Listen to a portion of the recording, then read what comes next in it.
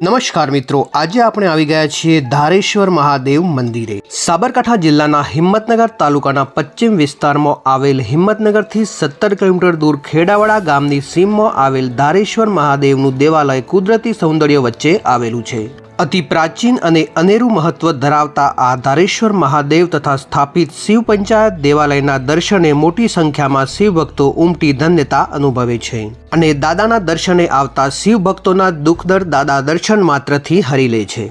મંદિરની અંદર એન્ટર થતાં જ એક વડનું વિશાળ વૃક્ષ આવેલું છે, જેની છત્ર છાયામાં તમને ઠંડકનો અનુભવ થશે। આ મંદિરને શિવ પંચાયત મંદિર પણ કહેવામાં આવે છે। મુખ્ય મંદિરની ફરતે 5 નાના દેવરોમાં વિષ્ણુ ભગવાન મંદિર, સૂર્યનારાયણ મંદિર, ગણપતિ દાદા મંદિર, અંબિકા માતાજી મંદિર અને હનુમાનજીના મંદિરો આવેલા છે। આ વર્ષો પુરાણું દેવાલય શિવ ભક્તો માટે અનેરું મહત્વ ધરાવે છે અને સાથે સાથે કુદરતી સૌંદર્યની મજા પણ માણે છે।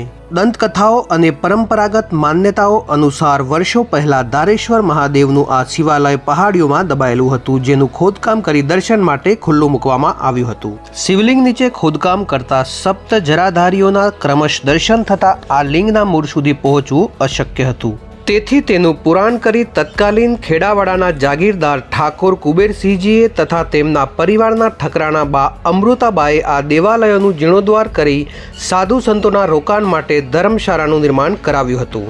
જાણકારોના મત અનુસાર વિક્રમ સંવંત 7મા કે 8મા સૌકામાં આ વર્ષો પુરાણું મંદિર બંધાયું હોવાનું તથા મંદિરની કલા કારીગીરી જોતા સોલંકી યુગના મંદિરોને મળતી આવે છે।